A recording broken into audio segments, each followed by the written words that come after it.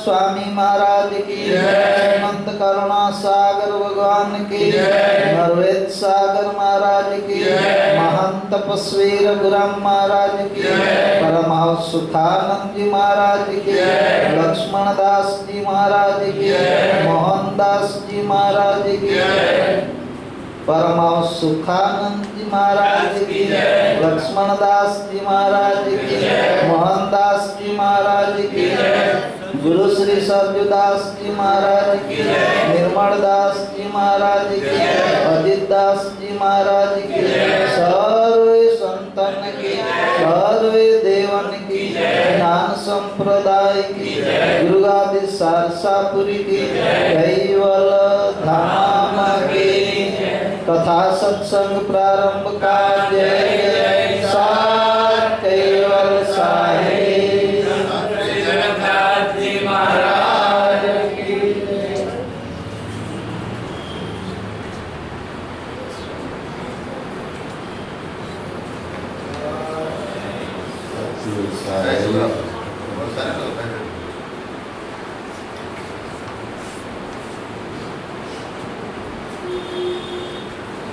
बिनु असवार श्वास ससुपत के सिर पर अंगन बोले अंग विनाय हरेक प्रकारन बाबज जाय बोले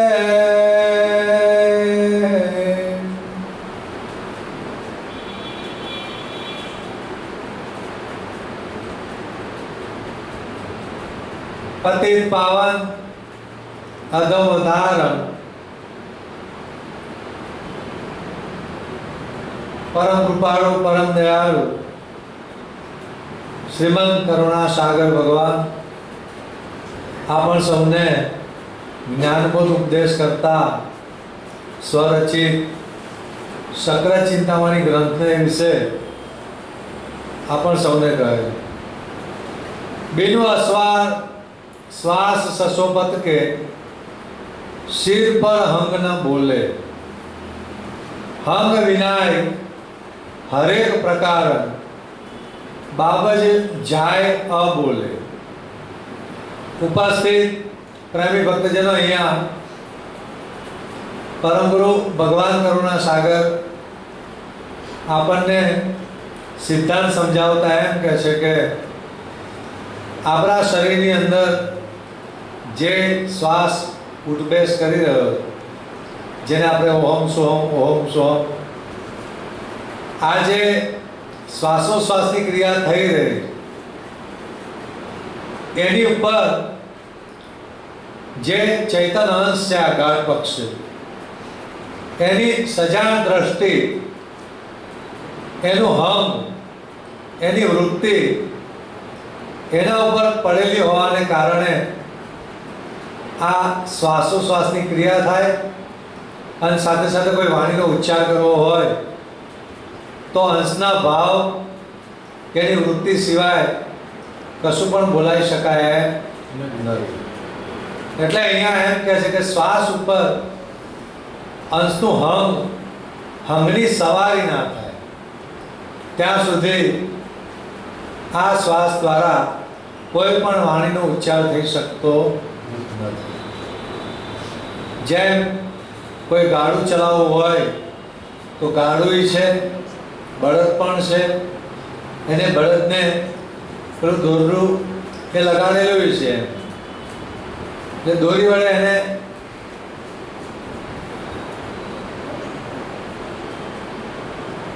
નાથેલા હોય. નાક એટલે એના નાકમાં પહેલાં ગામડાઓમાં નાકમાં દોરડું નાખી અને એ બળદને નાથવામાં આવતા. પણ નાથવાવાળો હક એ ચલાવવાવાળો ના હોય તો એ બળદ ચાલે ખરું? એને કઈ બાજુ લઈ જવું, કેમ ફેરવવું, એ બધી જ નાથવાવાળું જે છે એ દોરી જે છે એ તો ખાલી સાધન છે. પણ એ દોરી જેના હાથમાં પકડી અને પછી એ બળદને હાંકેડું કહેવાય એ ચલાવે છે. જો હાંકેડું એના ઉપરથી ઉતરી જાય તો પછી એ ગાડું ચાલી શકતું નથી. એ ન્યાય ભગવાન કરુણાસાગરે એમ કહ્યું છે કે શ્વાસ ઉપર હંગની સવારી છે. હંગ એટલે દ્રષ્ટિ, વૃત્તિ, જાન. હંગ વિના હરેક પ્રકાર બાબત જાય અબોલે. જો આ ચૈતન્ય અંશનું હંગ શ્વાસ ઉપર ના હોય તો શ્વાસ જે છે સુષુપ્તિવત થઈ ગયેલો જાણો. એટલે કોઈ પણ અક્ષરોની ઉત્પત્તિ એના દ્વારા થઈ શકતી નથી. એટલે અહીંયા ભગવાન કરુણાસાગર આપણને આપણા દેહ પક્ષે જો માલિકની સજાતીનો હોય તો આ ચૈતન્ય અંશ છે.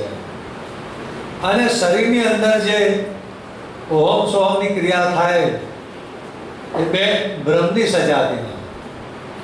અને જે તત્વો જે છે એ બધા અવિગત શૂન્યમાંથી થયેલા હોવાથી એ બધા અવિગતમાં જ ભળી જાય એટલે એની સજાતીના કહેવાય. એટલે તમારે આપણે બધાએ ભક્તિ કરવી હોય તો પહેલા સજાતી પક્ષ જે છે એ સજાતી પક્ષને જાણવું પડે. જો સજાતી પક્ષની ભક્તિ કરવામાં આવે તો પછી જેમ છે તેમ એ માલિકને અંગીકૃત થતી. જેનું સજાતી પદ છે એ જ એને અંગીકૃત થાય, એ જ એમાં ભળે, બાકી ભળે. અને જો સજાતી પદને જાણવામાં ના આવે અને ભક્તિ કરવામાં આવે તો આપણને જે પદનો લાભ મેળવવો હોય એ લાભ આપણે મેળવી શકતા. એટલે પહેલામાં પહેલો આપણી અંદર દેવોની વાત કરીએ તો સતોગુણ પ્રાધાન્ય, વિષ્ણુદેવનું સતોગુણ આવે.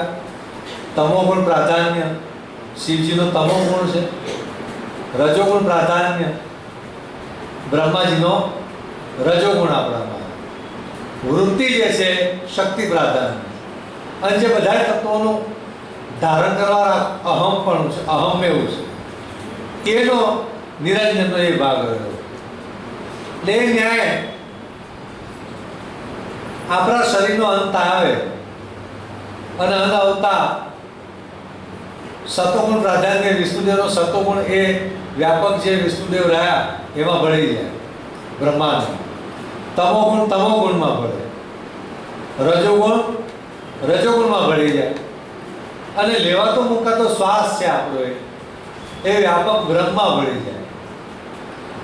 પણ નીચ કરતામાં કઈ વસ્તુ ભળે તો કે એનો અંશ જે છે સજાતી ચૈતન્ય અંશ એ જ એની સાથે એકમેક કે એમાં ભળી શકે.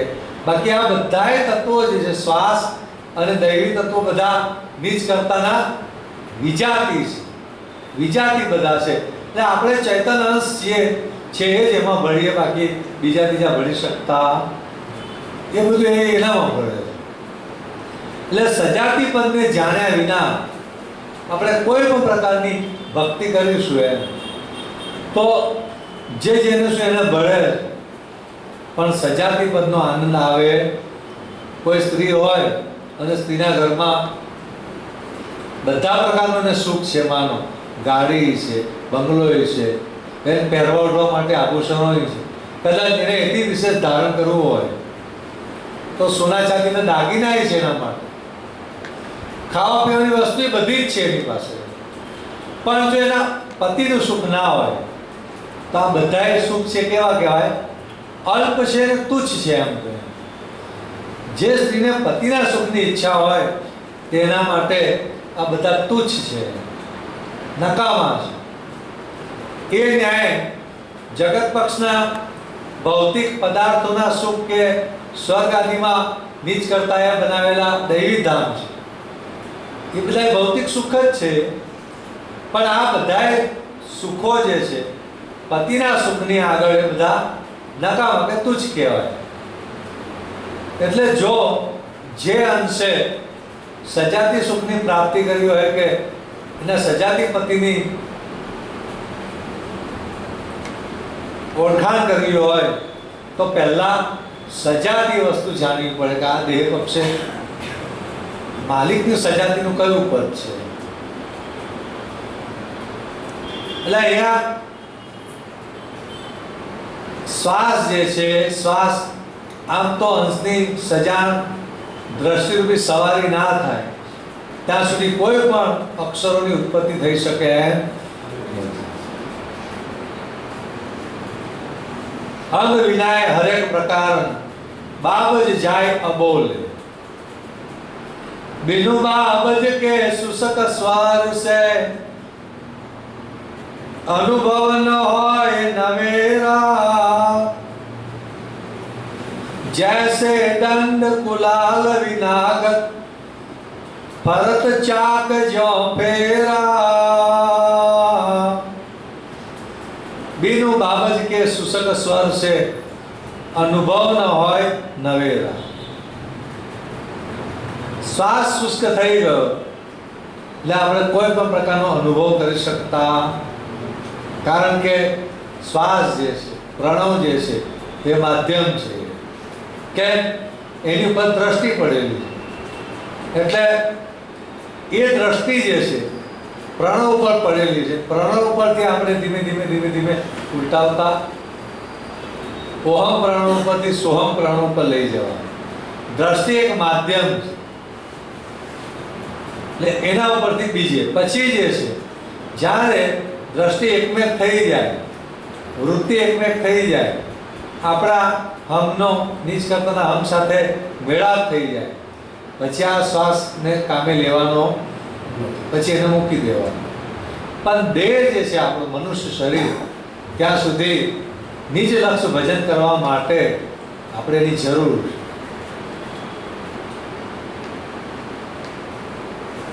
એટલે કુંભાર જે છે જૈસે દંડ કુલાલ વિનાગત ફરત ચાક જો ફેરા.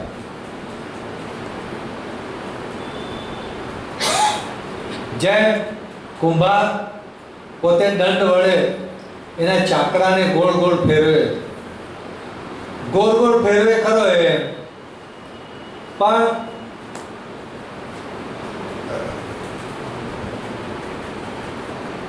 કુંભાર જો આ ચાકડાથી ખસી જાય તો એના ચાકડા ઉપર ગમે એટલી માટી એને મૂકેલી છે, લોચો મૂક્યો છે, ચાકડો ફરે છે ખરો એમ, પણ કુંભાર હટી જાય તો કોઈ પણ પ્રકારનો માટીમાંથી ગાંઠ ઉતરી શકતો નથી, ઉતરી શકતો. એની ઉપસ્થિતિની જરૂર.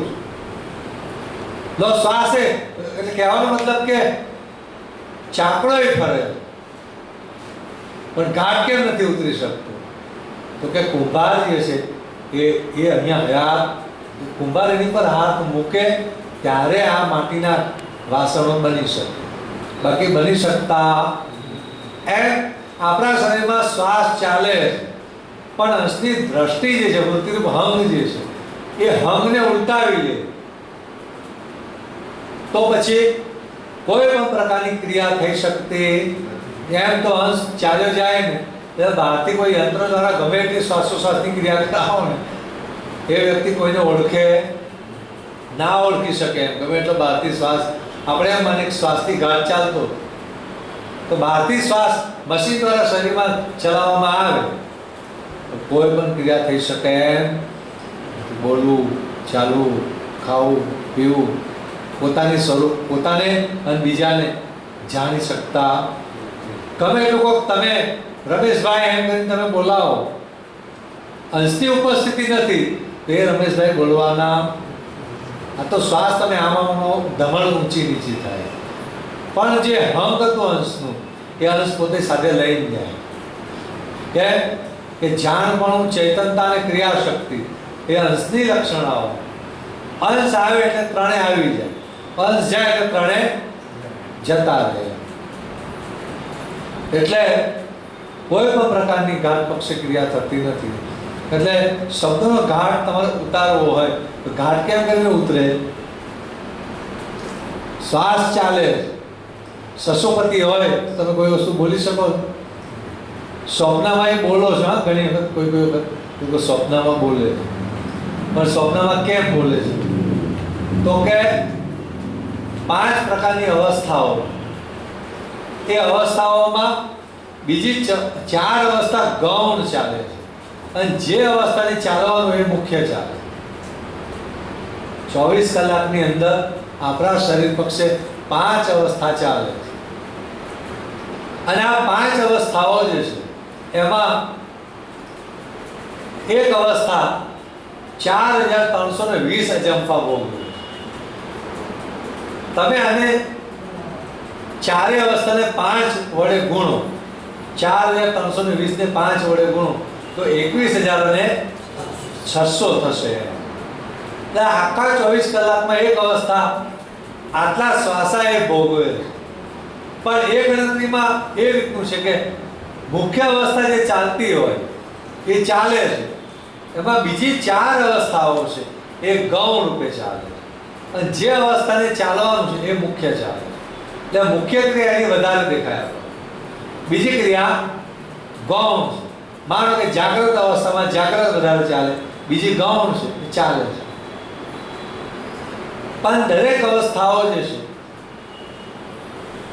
એક અવસ્થાના પટની અંદર 834 અજંપાનું એનું પરિવર્તન છે. એટલું એ મુખ્ય ભોગે, બીજી ગૌણ છે. એટલે જાગ્રતમાં બધું આપણે આતે બધું કરી શકીએ, પણ જ્યારે આપણને નિંદ્રા અવસ્થા લાગી જાય, સ્વપ્ન અવસ્થા આપણને લાગે, ત્યારે આપણે જાગ્રત જેવી ક્રિયા કરી શકતા. પણ કોઈ સમય આપણને કોઈ સ્વપ્ન આવે તો આપણે કોઈને કહી શકીએ છીએ, મને આજે આ સ્વપ્ન આવ્યું. તો કેમ કહી શકાય? તો કે એ અવસ્થાની અંદર જ્યારે જાગ્રતનો પટ ચાલુ થાય ને, ગૌણ છે પણ જાગ્રતનો પટ ચાલુ થાય, અને ત્યારે પેલું સ્વપ્નનું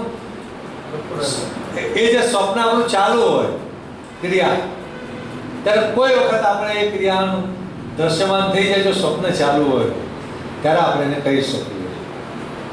હા, સ્વપ્ન ચાલુ હોય અને જાગ્રતનો પદ ચાલુ હોય કોઈ વાર, ત્યારે આપણે દિવસે કહીએ કે આવું સ્વપ્ન મને આજે આવ્યું. અરે જવા દો ને, કહેશે આટલા બધા પૈસા હતા પણ હારો હું ગરીબ બની ગયો. એવું થાય, મારું બધું લૂંટાઈ ગયું એમ થાય. એટલે કહેવાનો મતલબ કે આ ન્યાય કોઈ મારે છે, કોઈ આપણને કોઈ ડરે છે. જ્યારે કે કોઈ સિંહ આપણને જંગલનું સ્વપ્ન આવ્યું અને જંગલમાં ગયા અને આપણને સિંહ સામો થયો અને આપણને ફાડી ખાધો, તો જાગ્રતનું પરિવર્તન એટલા વખતમાં આવી જાય, હો બાપા મરી ગયો, એવું થઈ જાય. બૂમે પાડી દે છે, બૂમે પાડી દે છે. એને કહેવાનો મતલબ જ્યારે સ્વપ્ન અવસ્થાની અંદર જાગ્રતનો પટ ચાલે ત્યારે આ વસ્તુ બનતી હોય તો આ વસ્તુ શક્ય છે બને. હવે અવસ્થા આપણી ચાલુ થઈ ગઈ સસોપતિ. પણ સસોપતિમાં શ્વાસ સસોપતવત થઈ જાય, કશું પણ બોલી શકાતું. કેમ કે જાગ્રતમાં જે વસ્તુ જોયેલી છે ને એ સ્વપ્નમાં ભાષ્યમાન થાય છે આપણને, પણ સસોપતિમાં એટલી ભાષમાન થતી નથી. જેમ છે તેમ સ્વપ્નમાં દેખાય ને એ સસોપતિમાં નથી દેખાય. કે એમાં બહેર શૂન્ય સુષુપ્તિ અવસ્થા લાગે છે, બહેર શૂન્ય પણ લાગે છે. અને તુર્યા અવસ્થા છે, એની અંદર પણ કોઈ પણ ઘાતની ક્રિયા દ્રશ્યમાન થતી એમાં તો જરાય નથી દેખાતી. સસોપતિમાં દેખાય છે નથી દેખાતી, દેખાય છે નથી દેખાતી. અર્ધ માત્રાનું ચિત્ત એમાં રહેલું હોવાને કારણે આપણને કોઈ પણ પ્રકારની ક્રિયાઓ જે છે આપણને દ્રશ્યમાન થતી. એટલે એ ન્યાય સસોપતવત આ જે શ્વાસ થઈ જાય એટલે આપણે કશું પણ બોલી શકતા. કેમ કે હંસ જે છે એ વખતે એની પોતાની હંગ જે છે એ હંગને ઉલટાવી દે છે, જાણ વૃત્તિને ઉલટાવે છે. તમે કોઈ શ્વાસ તો ચાલે છે, શ્વાસ ચાલે છે, તો શ્વાસ વખતે હંસનું છે ને બે ભાસ, વિશેષ ભાસ અને સામાન્ય ભાસ. સામાન્ય ભાષે કરીને આ બધું છે ખરું એમ, પણ જે જાગ્રતમાં ક્રિયાઓ થાય છે એવી ક્રિયા થતી નથી. કારણ કે એની જે સજાણ દ્રષ્ટિ, એનું હંગ છે એ ઉલટાવી લેતું. એટલે કહેવાનો મતલબ કે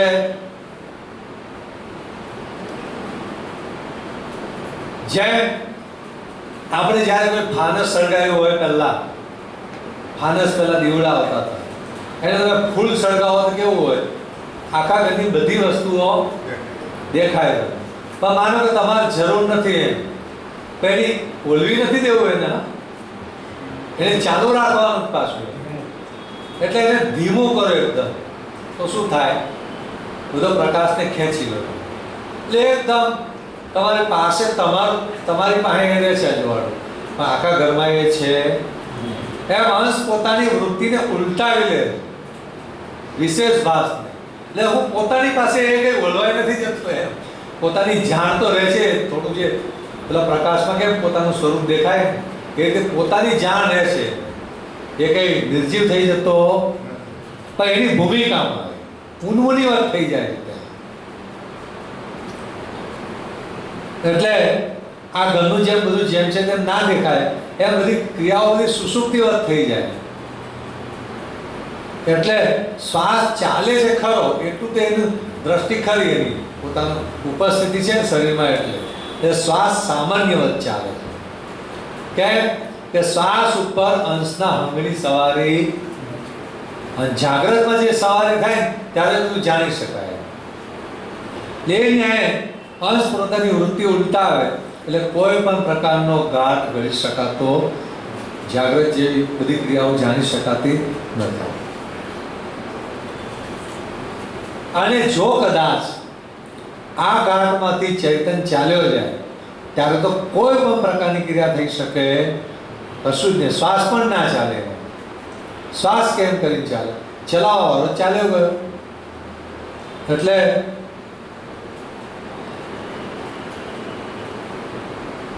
तब ते श्वास हंग बिनु सिर पर मरित चरम वत पवना भरित कला कब जे कल की जो क्यों दम करत ही गवना.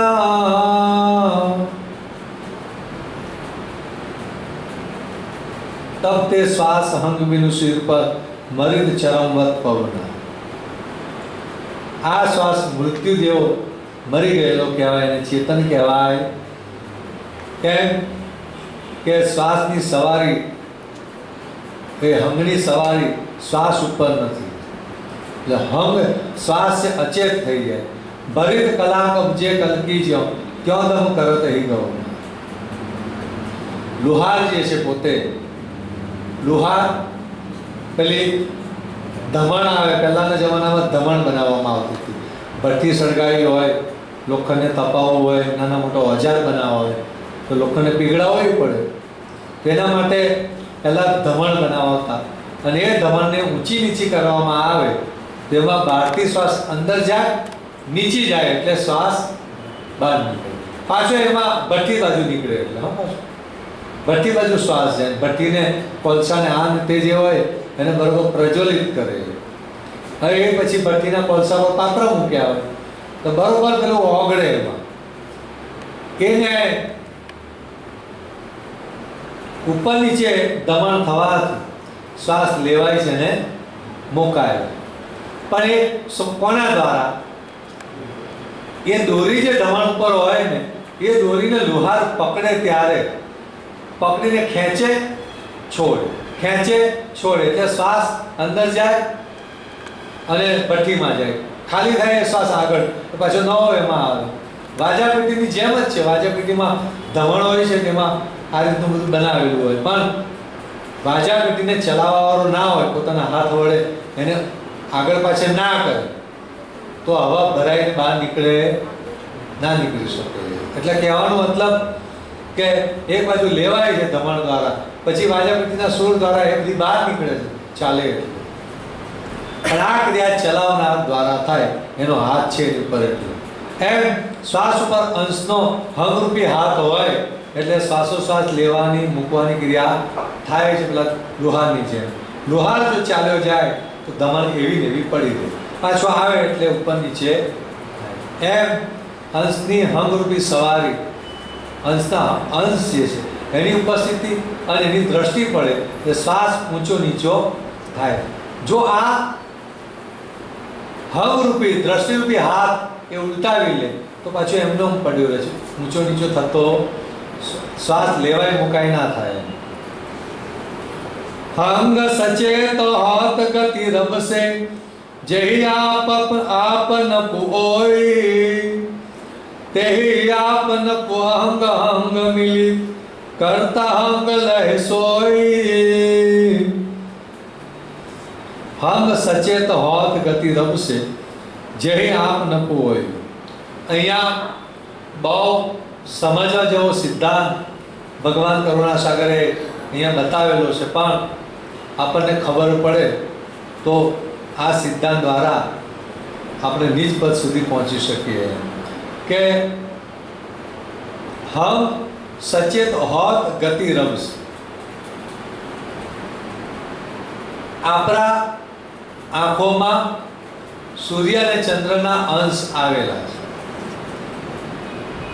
એમ કહેવાય કે દેવોના બધા અંશ લખ્યા છે, તત્વોના અંશ લખ્યા.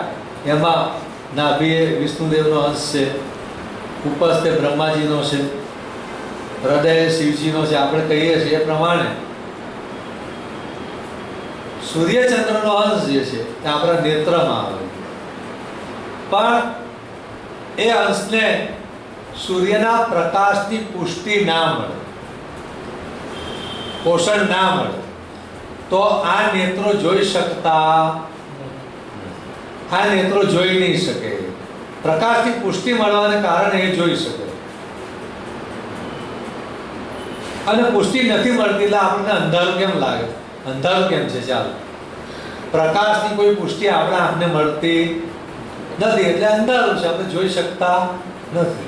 કોઈ પણ આ રૂમ તમારો પોતાનો રૂમ છે, એકદમ ચારે બાજુથી બંધ કરતો, અને માનો કે તમારે કાચ છે ને, એ કાચ ઉપર પડદો લગાડી દો, કેવો અંધારું થાય? જોઈ શકો? ના જોઈ શકો. કેમ? પ્રકાશની પુષ્ટિ મળતી. પણ કદાચ તમારે સાધારણ જોવું હોય માનો તો કાચ જે છે બહાર ટ્યુબલાઇટ સળગે છે અને તમારા રૂમની બહાર સળગે છે, અને તમારા રૂમની જે કાચની બારી છે એને ખુલ્લી કરી નાખો, એટલે પડદો લગાવ્યો કાચ ઉપર તો ખુલ્લો કરી નાખો તો બહારનો પ્રકાશ આવે કે ના આવે અંદર કાચ દ્વારા? અને આવે એટલે જેટલો આવે એટલું તમે રૂમમાં જોઈ શકો એમ. અને ઘરની રૂમની ટ્યુબલાઇટ ચાલુ કરો તો વધારે, એ તો પછી વધારે થઈ. કહેવાનો મતલબ કે આ ન્યાય આપણને ઓછો વધતો પ્રકાશનો ભાસની પુષ્ટિ આપણને થાય ને એટલે ઓછું વધતું આપણે જોઈ શકીએ છીએ. એ ન્યાય સૂર્યના વ્યાપક પ્રકાશની પુષ્ટિ આંખને મળે તો સૂર્યની સજાતીનો અંશ જે છે આંખે એ જોઈ શકે. પુષ્ટિ ના મળે એ જોઈ શકે નહીં. એટલે અહીંયા નારાયણદાસ બાપજીએ પણ કોઈ કોઈ જગ્યાએ લખ્યું છે કે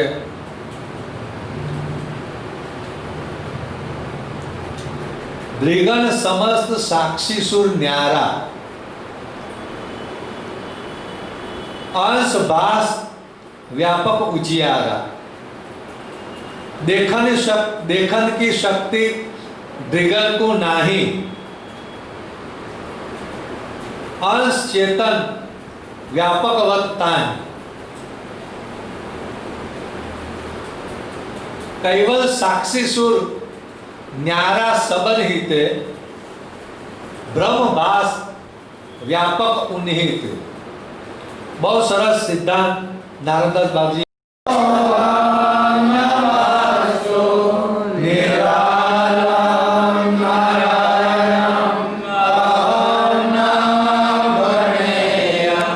Nayati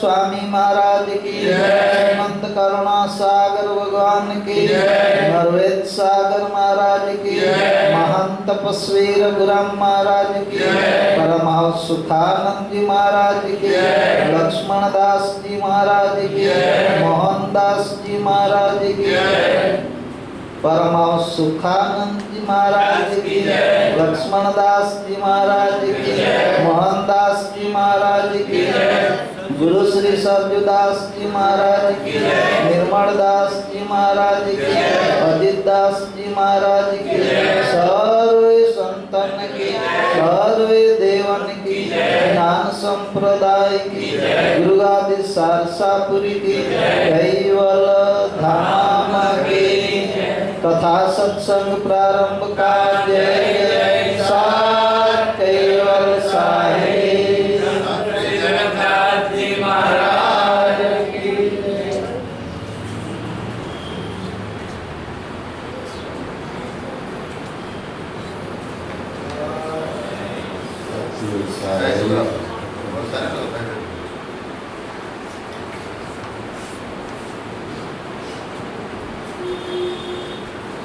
बिनु असवार श्वास ससुपत के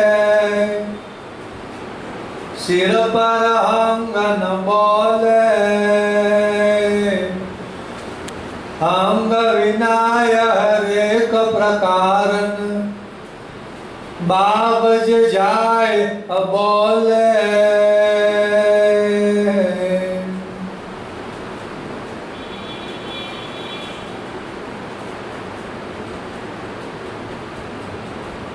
पतित पावन अधम उदाहरण परम कृपाळु परम दयाळु श्रीमंत करुणा सागर भगवान आपण सौने ज्ञानबोध उपदेश करता स्वरचित सक्र चिंतामणी ग्रंथ विषय आपण सौने कहे बिनु अस्वार श्वास ससोपत के सिर पर हंग न बोले हंग विनाय हरेक प्रकार बाबज जाय अबोले। उपस्थित प्रेमी भक्तजनों अहिया परम गुरु भगवान करुणा सागर आपने सिद्धांत समझावता एम कहे छे के आपरा शरीरनी अंदर जे श्वास उठबेस करी रह्यो जेने आपणे ओम सोहम आज श्वासोश्वासनी क्रिया थई रही एनी ऊपर जे चैतन अंश छे गाढ़ पक्ष एनी सजाण दृष्टि एनु हम एनी वृत्ति एना ऊपर पड़ेली होवाने कारणे आ श्वासोश्वासनी क्रिया थाय अने साथे साथे कोई वाणीनो उच्चार करवो होय तो अंशना भाव एनी वृत्ति सिवाय कशुं पण बोलाई शकाय नथी। एटले अहींया एम कहे छे के श्वास उपर अंशनुं हंगनी सवारी ना थाय त्यां सुधी आ श्वास द्वारा कोई पण वाणीनो उच्चार थई शकतो નથી। જેમ કોઈ ગાડું ચલાવવું હોય તો ગાડું છે બળદ પણ છે એને બળદને પેલું દોરડું એ લગાડેલું છે એટલે દોરી વડે એને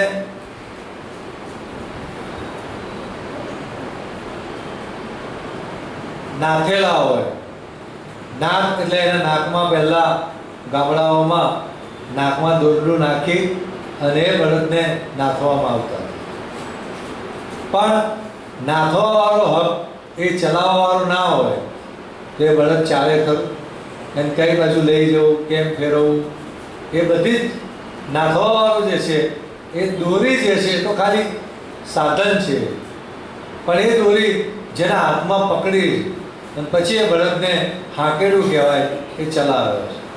જો હાંકેડું એના ઉપરથી ઉતરી જાય તો પછી એ ગાડું ચાલી શકતું નથી। એ ન્યાય ભગવાન કરુણા સાગરે એમ કહ્યું છે કે શ્વાસ ઉપર હંગની સવારી છે. હંગ એટલે દ્રષ્ટિ, વૃત્તિ, જ્ઞાન.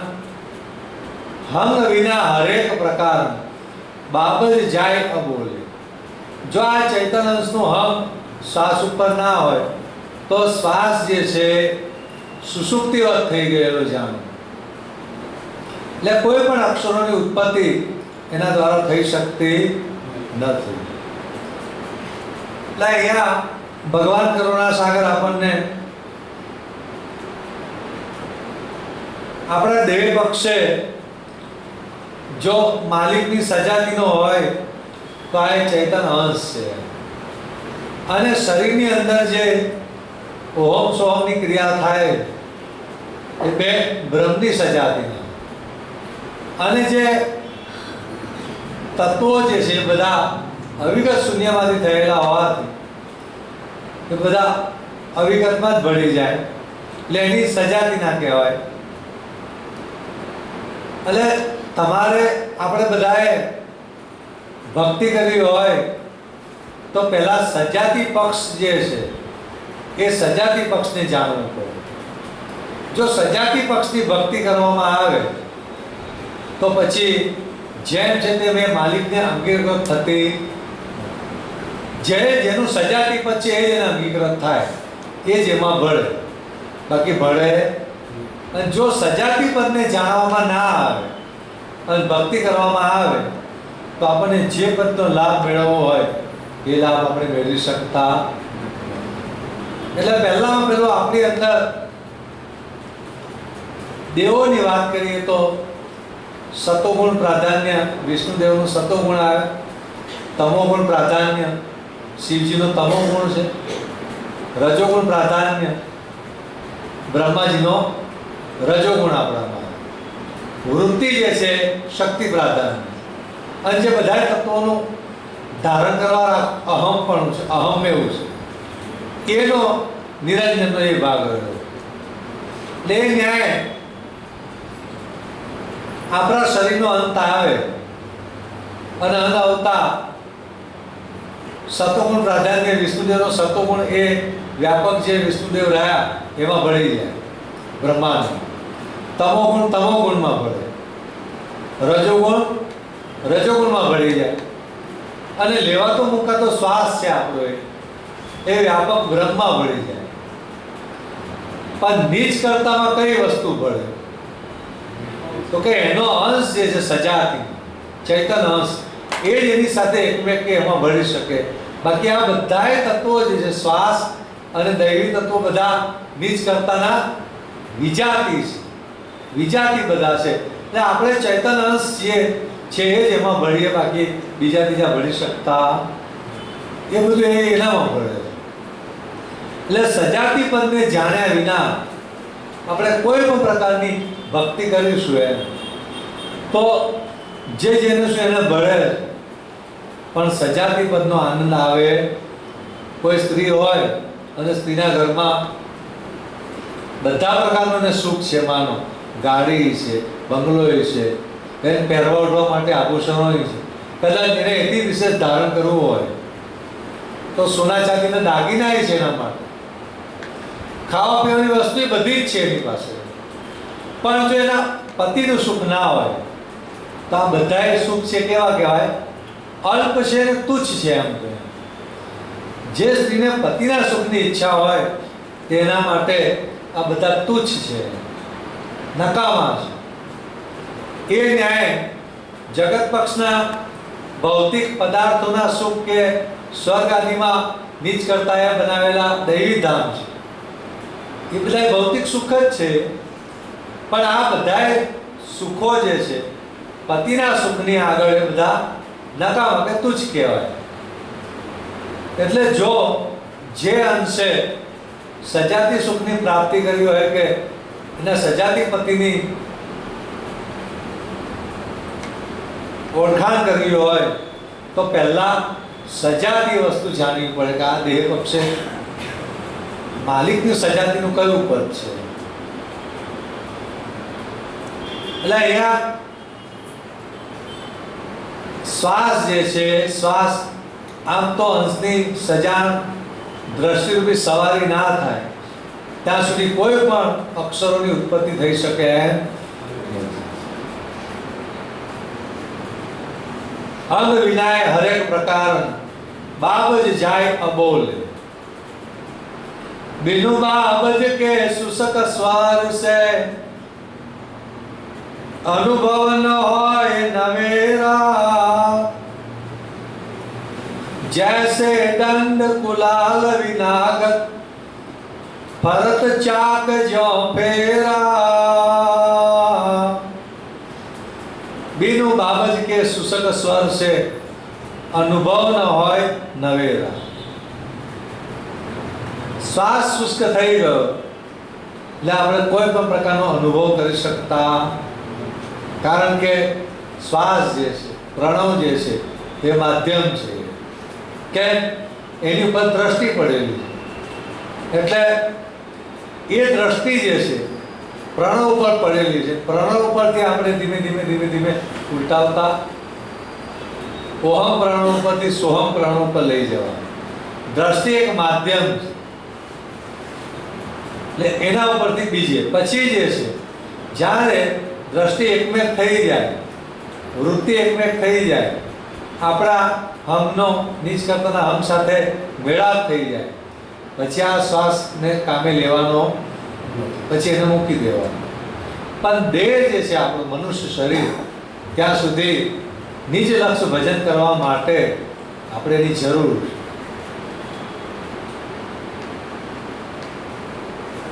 એટલે કુંભાર જે છે જૈસે દંડ કુલાલ વિનાગત ફરત ચાક જો ફેરા.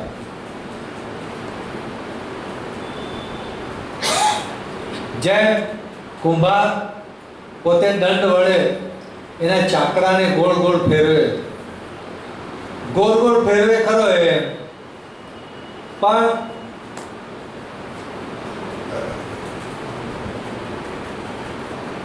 કુંભાર જો આ ચાકડાથી ખસી જાય તો એ એના ચાકડા ઉપર ગમે એટલી માટી એને મૂકેલી છે, લોચો મૂક્યો છે, ચાકડો ફરે છે ખરો એમ, પણ કુંભાર હટી જાય તો કોઈ પણ પ્રકારનો માટીમાંથી ગાંઠ ઉતરી શકતો નથી, ઉતરી શકતો. એની ઉપસ્થિતિની જરૂર છે. લો શ્વાસ એટલે કહેવાનો મતલબ કે ચાકડો ફરે પણ ગાંઠ કેમ નથી ઉતરી શકતો? તો કે કુંભાર જે છે એ અહીંયા કુંભાર એની પર હાથ મૂકે ત્યારે આ માટીના વાસણો બની શકે, બાકી બની શકતા. એમ આપણા શરીરમાં શ્વાસ ચાલે પણ અંશની દ્રષ્ટિ જે છે, વૃત્તિરૂપ હંગ જે છે એ હંગને ઉલટાવી લે તો પછી કોઈ પણ પ્રકારની ક્રિયા થઈ શકતી. એમ તો અંશ ચાલ્યો જાય ને એટલે બહારથી કોઈ યંત્ર દ્વારા ગમે એટલી શ્વાસોશ્વાસની ક્રિયા કરાવો ને એ વ્યક્તિ કોઈને ઓળખે ના ઓળખી શકે એમ. ગમે એટલો બહારથી શ્વાસ, આપણે એમ મને શ્વાસથી ઘાટ ચાલતો તો બહારથી શ્વાસ મશીન દ્વારા શરીરમાં ચલાવવામાં આવે કોઈ પણ ક્રિયા થઈ શકે એમ.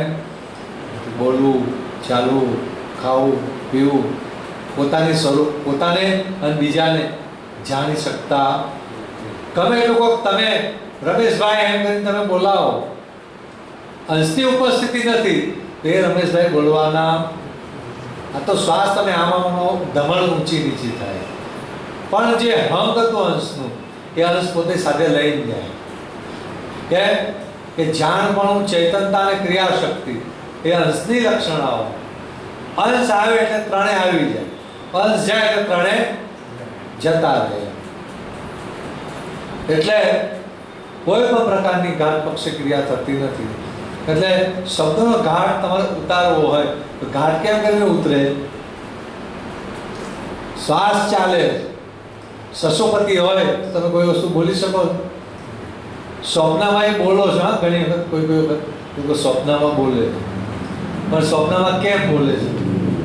તો કે 5 પ્રકારની અવસ્થાઓ, એ અવસ્થાઓમાં બીજી 4 અવસ્થા ગૌણ ચાલે છે અને જે અવસ્થાને ચાલવાનું એ મુખ્ય ચાલે. 24 કલાકની અંદર આપણા શરીર પક્ષે 5 અવસ્થા ચાલે છે અને આ 5 અવસ્થાઓ જે છે એમાં એક અવસ્થા 4320 અજંપા ભોગવે. તમે આને ચારે અવસ્થાને 5 વડે ગુણો, 4320 ને 5 વડે ગુણો તો 21600 થશે. એટલે આખા 24 કલાકમાં એક અવસ્થા આટલા શ્વાસા એ ભોગવે છે. પણ એ ગણતરીમાં એ રીતનું છે કે મુખ્ય અવસ્થા જે ચાલતી હોય એ ચાલે છે, એમાં બીજી 4 અવસ્થાઓ છે એ ગૌણ રૂપે ચાલે છે અને જે અવસ્થાને ચાલવાનું છે એ મુખ્ય ચાલે છે. એટલે મુખ્ય ક્રિયા એની વધારે દેખાય આપણને. બીજી ક્રિયા ગૌણ છે. માનો કે જાગ્રત અવસ્થામાં જાગ્રત વધારે ચાલે, બીજી ગૌણ છે એ ચાલે છે. પણ દરેક અવસ્થાઓ જે છે એક અવસ્થાના પટની અંદર 834 અજંપાનું એનું પરિવર્તન છે. એટલું એ મુખ્ય ભોગે, બીજી ગૌણ છે. એટલે જાગ્રતમાં બધું આપણે આતે બધું કરી શકીએ, પણ જ્યારે આપણને નિંદ્રા અવસ્થા લાગી જાય, સ્વપ્ન અવસ્થા આપણને લાગે, ત્યારે આપણે જાગ્રત જેવી ક્રિયા કરી શકતા. પણ કોઈ સમય આપણને કોઈ સ્વપ્ન આવે તો આપણે કોઈને કહી શકીએ છીએ, મને આજે આ સ્વપ્ન આવ્યું. તો કેમ કહી શકાય? તો કે એ અવસ્થાની અંદર જ્યારે જાગ્રતનો પટ ચાલુ થાય ને, ગૌણ છે પણ જાગ્રતનો પટ ચાલુ થાય અને ત્યારે પેલું સ્વપ્નનું એ જે સ્વપ્ન આપણું ચાલુ હોય ક્રિયા, ત્યારે કોઈ વખત આપણે એ ક્રિયાનું દ્રશ્યમાન થઈ જાય. જો સ્વપ્ન ચાલુ હોય ત્યારે આપણે એને કહી શકીએ. હા, સ્વપ્ન ચાલુ હોય અને જાગ્રતનો પદ ચાલુ હોય કોઈ વાર, ત્યારે આપણે દિવસે કહીએ કે આવું સ્વપ્ન મને આજે આવ્યું. અરે જવા દો ને, કહેશે આટલા બધા પૈસા હતા પણ હારો હું ગરીબ બની ગયો, એવું થાય. મારું બધું લૂંટાઈ ગયું એમ થાય. એટલે કહેવાનો મતલબ કે આ ન્યાય કોઈ મારે છે, કોઈ આપણને કોઈ ડરે છે. જ્યારે કે કોઈ સિંહ આપણને જંગલનું સ્વપ્ન આવ્યું અને જંગલમાં ગયા ને આપણને સિંહ સામો થયો અને આપણને ફાડી ખાધો, તો જાગ્રતનું પરિવર્તન એટલા વખતમાં આવી જાય, હો બાપા મરી ગયો, એવું થઈ જાય. બૂમે પાડી દેશે, બૂમે પાડી દેશે. એને કહેવાનો મતલબ જ્યારે સ્વપ્ન અવસ્થાની અંદર જાગ્રતનો પટ ચાલે ત્યારે આ વસ્તુ બનતી હોય તો આ વસ્તુ શક્ય છે બને. હવે અવસ્થા આપણી ચાલુ થઈ ગઈ સસોપતિ. પણ સસોપતિમાં શ્વાસ સસોપતવત થઈ જાય, કશું પણ બોલી શકાતું. કેમ કે જાગ્રતમાં જે વસ્તુ જોયેલી છે એ સ્વપ્નમાં ભાષ્યમાન થાય છે આપણને, પણ સસોપતિમાં એટલી ભાષમાન થતી નથી. જેમ છે તેમ સ્વપ્નમાં દેખાય ને એ સસોપતિમાં નથી દેખાય. કે એમાં બહેર શૂન્ય સુષુપ્તિ અવસ્થા લાગે છે, બહેર શૂન્ય પણ લાગે છે. અને તુર્યા અવસ્થા છે, એની અંદર પણ કોઈ પણ ઘાતની ક્રિયા દ્રશ્યમાન થતી એમાં તો જરાય નથી દેખાતી. સસોપતિમાં દેખાય છે નથી દેખાતી, દેખાય છે નથી દેખાતી. અર્ધ માત્રાનું ચિત્ત એમાં રહેલો હોવાને કારણે આપણને કોઈ પણ પ્રકારની ક્રિયાઓ જે છે આપણને દ્રશ્યમાન થતી. એટલે એ ન્યાય સસોપતવત આ જે શ્વાસ થઈ જાય એટલે આપણે કશું પણ બોલી શકતા. કેમ કે હંસ જે છે એ વખતે એની પોતાની હંગ જે છે એ હંગને ઉલટાવી દે છે, જાણ વૃત્તિને ઉલટાવે છે. તમે કોઈ શ્વાસ તો ચાલે છે, શ્વાસ ચાલે છે તો શ્વાસ વખતે હંસનું છે ને બે ભાસ, વિશેષ ભાસ અને સામાન્ય ભાસ. સામાન્ય ભાષે કરીને આ બધું છે ખરું એમ, પણ જે જાગ્રતમાં ક્રિયાઓ થાય છે એવી ક્રિયા થતી નથી. કારણ કે એની જે સજાન દ્રષ્ટિ એનું હંગ છે એ ઉલટાવી લેતું. એટલે કહેવાનો મતલબ કે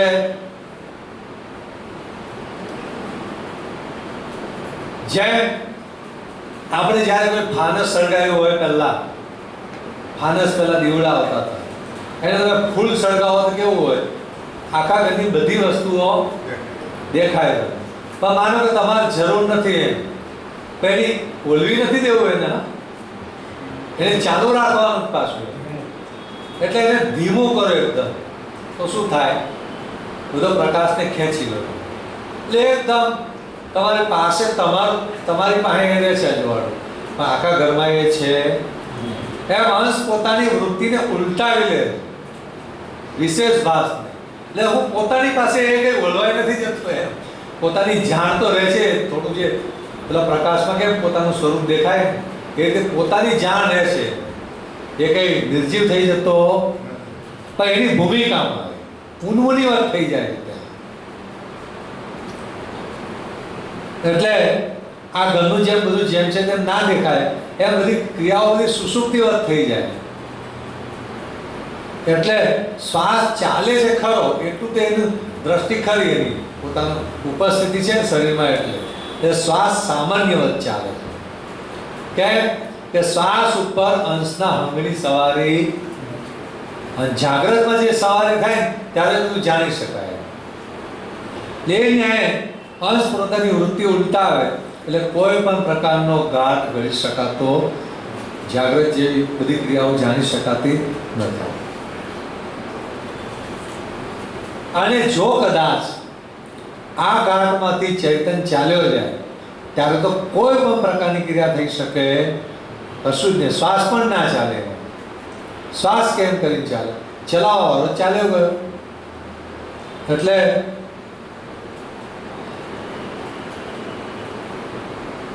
तब ते श्वास अंग बिनु सिर पर मरित चरम वत पवना भरित कला कब जे कल की जो क्यों दम करत ही गवना.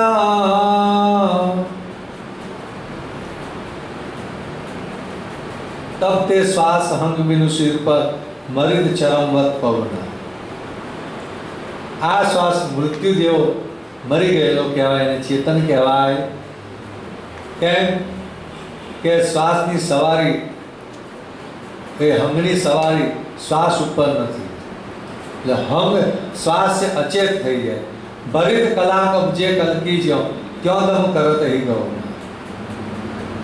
લુહાર જે છે પોતે, લુહાર પેલી ધમણ આવે, પહેલાંના જમાનામાં ધમણ બનાવવામાં આવતી હતી. ભઠ્ઠી સળગાવી હોય, લોખંડને તપાવવું હોય, નાના મોટો ઓજાર બનાવવા હોય તો લોકોને પીગળાવવી પડે.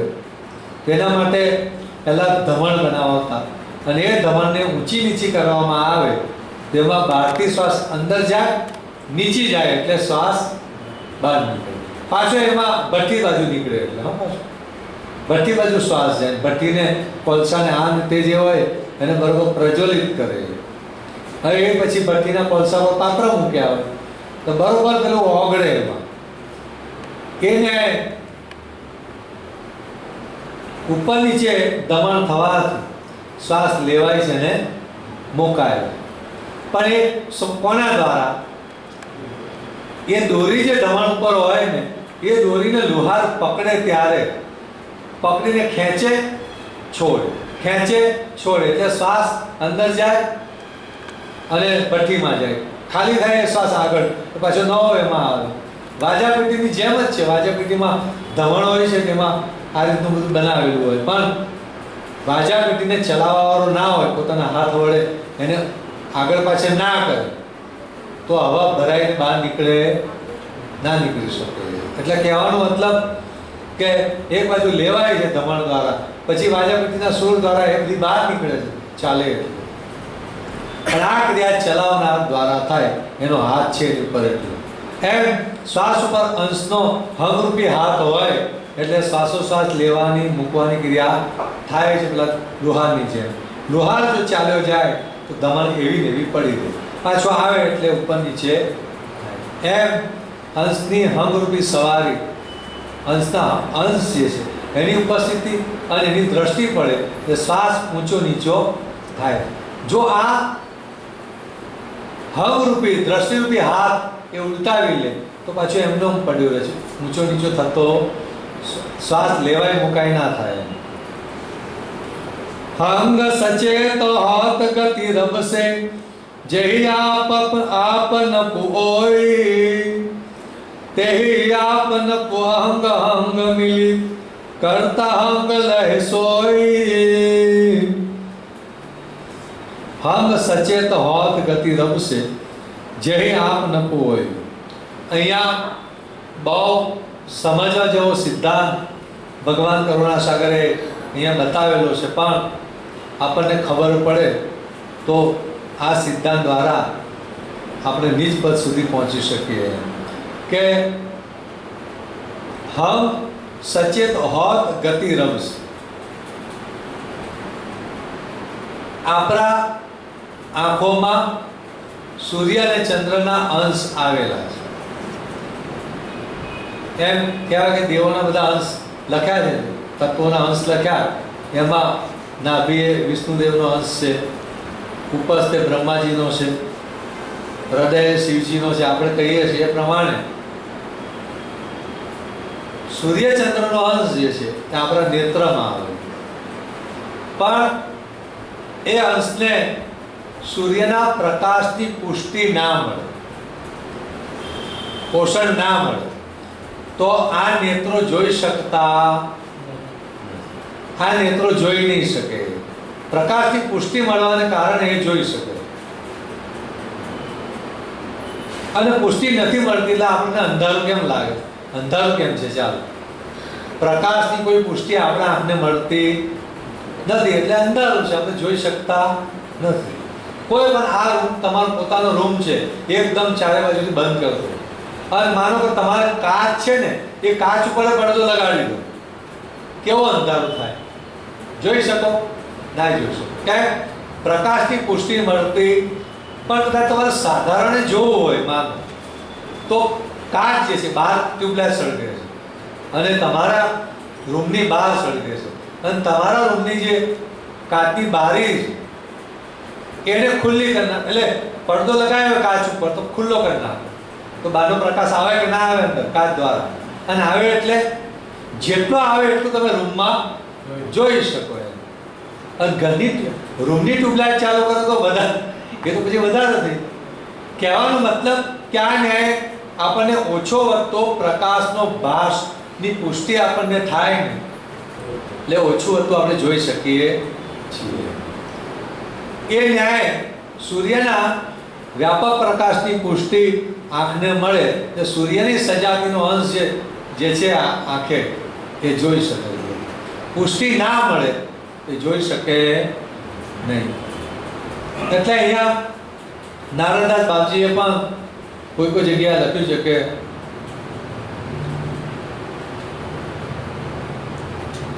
દ્વિગન સમસ્ત સાક્ષી સુર ન્યારા अंश भास व्यापक उजियारा देखन की शक्ति द्विगन को नाही अंश चेतन व्यापक वक्तान कैवल साक्षी सुर न्यारा सबन हिते ब्रह्मभास व्यापक उन्हित. बहुत सरस सिद्धांत नारायणदास बाबजी